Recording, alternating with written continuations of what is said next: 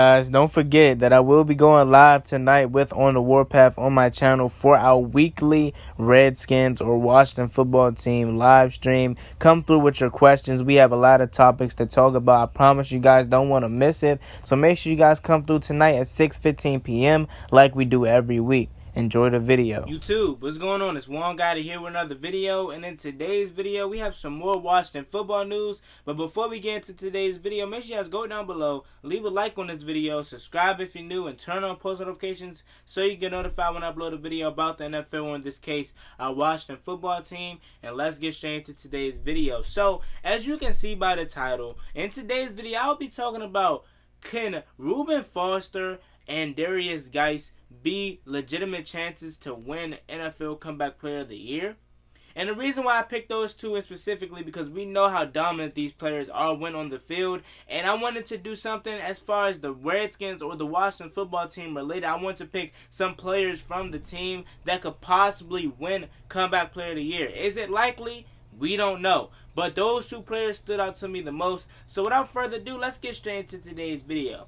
Hey you, you, the one that's about to watch this video. You didn't hear about it? I just launched my new Instagram, Juan Gotti Sports Network. Go ahead, go over there and give me a follow. It's free, and we cover anything DC sports related or anything sports related from all major sports, whether that's MLB, NHL, NBA, or NFL. I promise you won't regret it. We cover everything, whether you're a Knicks fan and you're a Giants fan, whether you're a Redskins fan. Although we are DC sports here as fans, we do cover every other sports league and every other sports team. So go ahead and give me a follow. I promise you won't regret it. Link in the description. So we're going to start with none other than Reuben Foster. Reuben Foster, we know we got him from the 49ers after the whole domestic violence thing went down and they released him.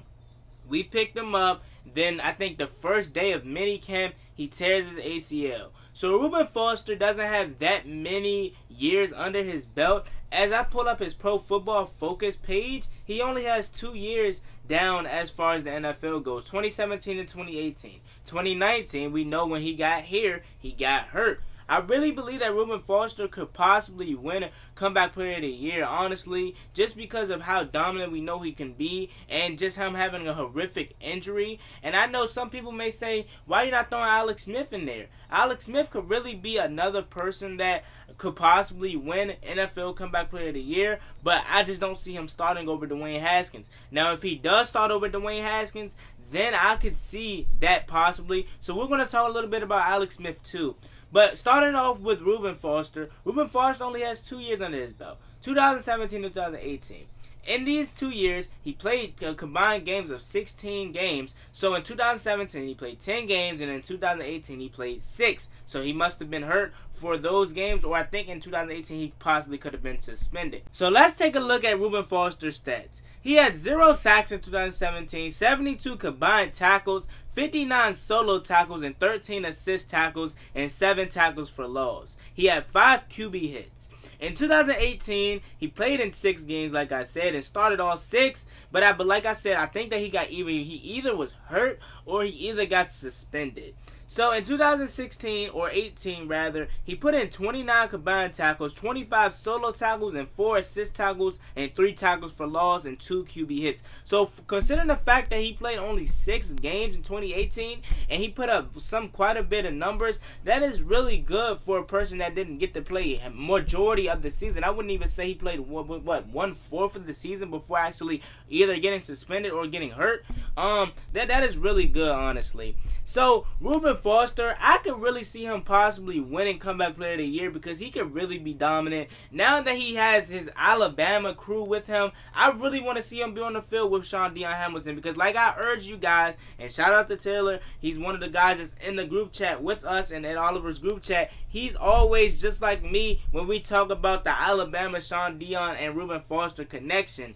Their connection and their chemistry was so good at Alabama. I really believe that could really boost Reuben Foster's career and bring it back to how it was before the injury sustaining and all of the drama surrounding his name. So Reuben Foster, like I said, he could be a north and south kind of linebacker. He could shoot the gap and blow up the running back, and or quarterback. He can sniff out screens, and he can also play pretty decent coverage. So he's just an all-around good kind of linebacker that every team would want to have, or every team would want to have on their team as far as a player goes. And I really believe that we're blessed. When healthy, this guy is really a monster, and I cannot wait for him to come back this year, and he could really be a strong candidate for comeback player of the year. But he's going to have some competition, like I said, and competition within his own team. So with that being said, Reuben Foster, I really believe I want him to win comeback player of the year. Not more than Darius Guice, but I really would love to see him just because he was a Washington player.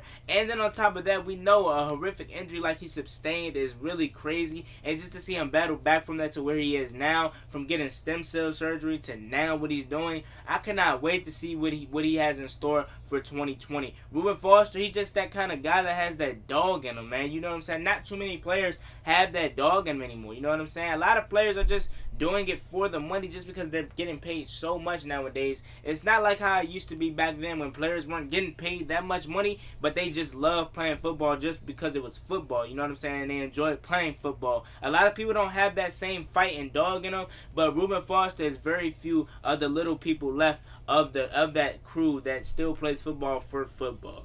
So I really am excited to see what Reuben Foster has in store for us this year, and I cannot wait for Reuben Foster breakout year in 2020, because I really believe that he's going to be one of the guys that has a breakout year in 2020 for the Washington Football Club, because we know how good that defense is. Must I say it again, the front seven is too dominant. Chase Young, Montez Sweat, Deron Payne, Jonathan Allen, Matt Ioannidis, and a lot of people are forgetting about Tim Settle, Montez Sweat, Ryan Anderson, and stuff like that.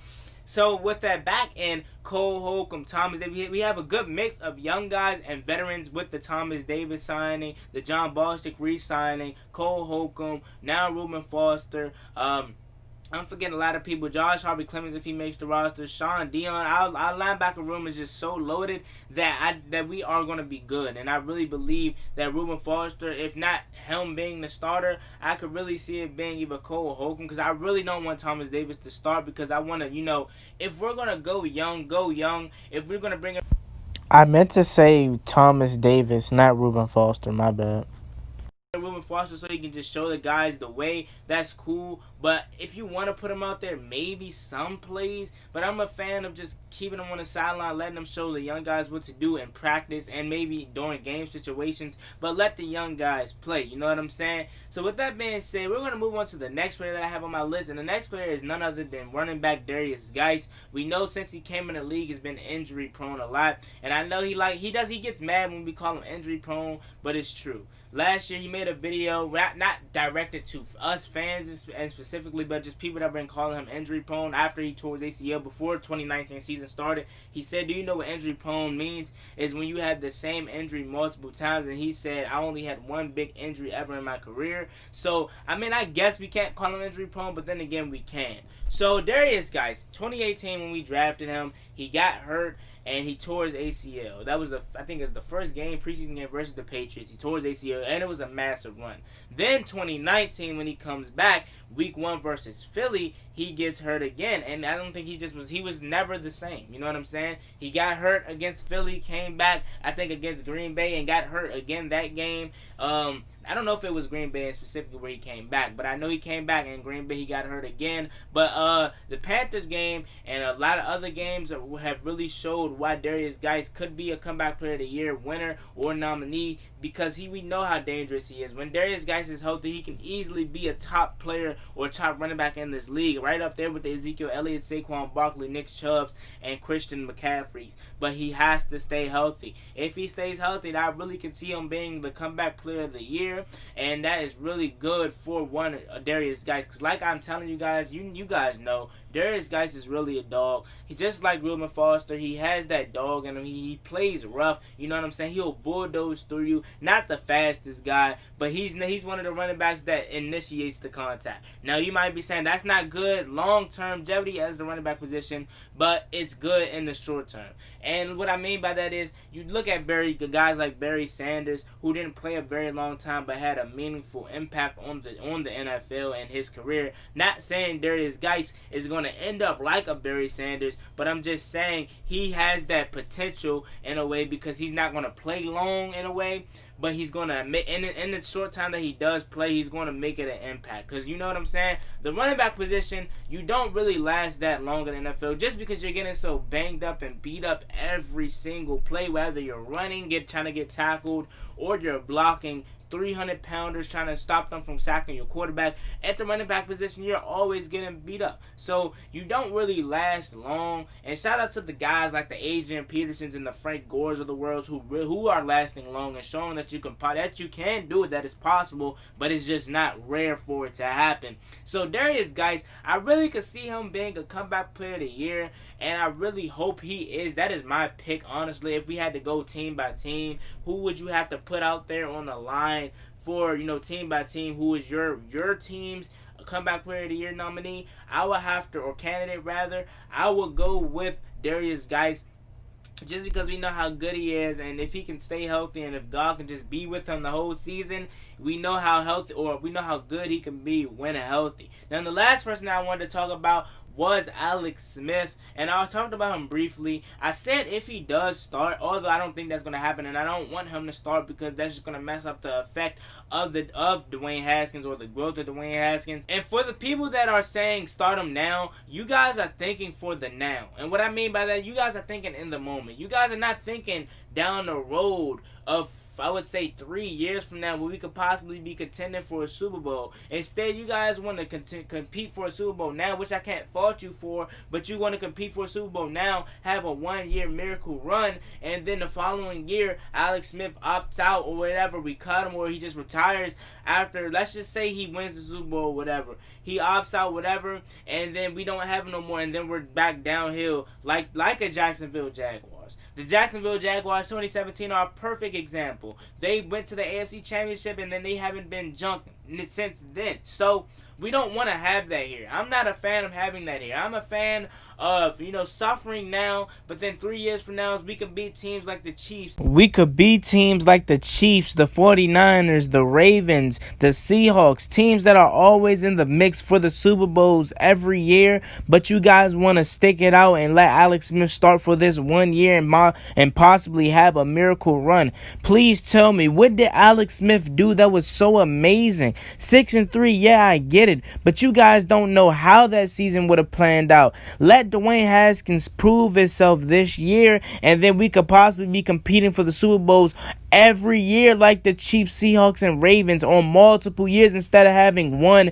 miracle run in 2020. That is still not confirmed. We're hoping that Alex Smith could do that after sustaining a career-ending injury. That are always in the mix for the Super Bowl, if not winning the Super Bowl. So that's the kind of route I want to take. So for Alex Smith, if he does end up starting, I'll be rooting for him to have comeback player of the year, honestly, because we know how solid he is. He's not really a great quarterback. He's a good, perfect game manager, somebody that the Redskins or Washington football team would need in a way. But as long as Dwayne Haskins could do that, which I know he can, and he can also sling it at times, we have that. We have an Alex Smith and Dwayne Haskins in a way. So I don't want Alex Smith to start, but if he do, I will be rooting for him to have a comeback player of the year award. And even if he doesn't perform the best, they really should just give it to him for having a near-death experience, to coming back the following year later, not year, but year, almost 2 years later, and winning the NFL comeback player of the year, or even having the balls to play again. You should just win the award off of that. So with that being said, it's me, boy Juan Gotti. Like, comment, subscribe, hail to the Washington football team. Let me know who y'all got. Who you guys think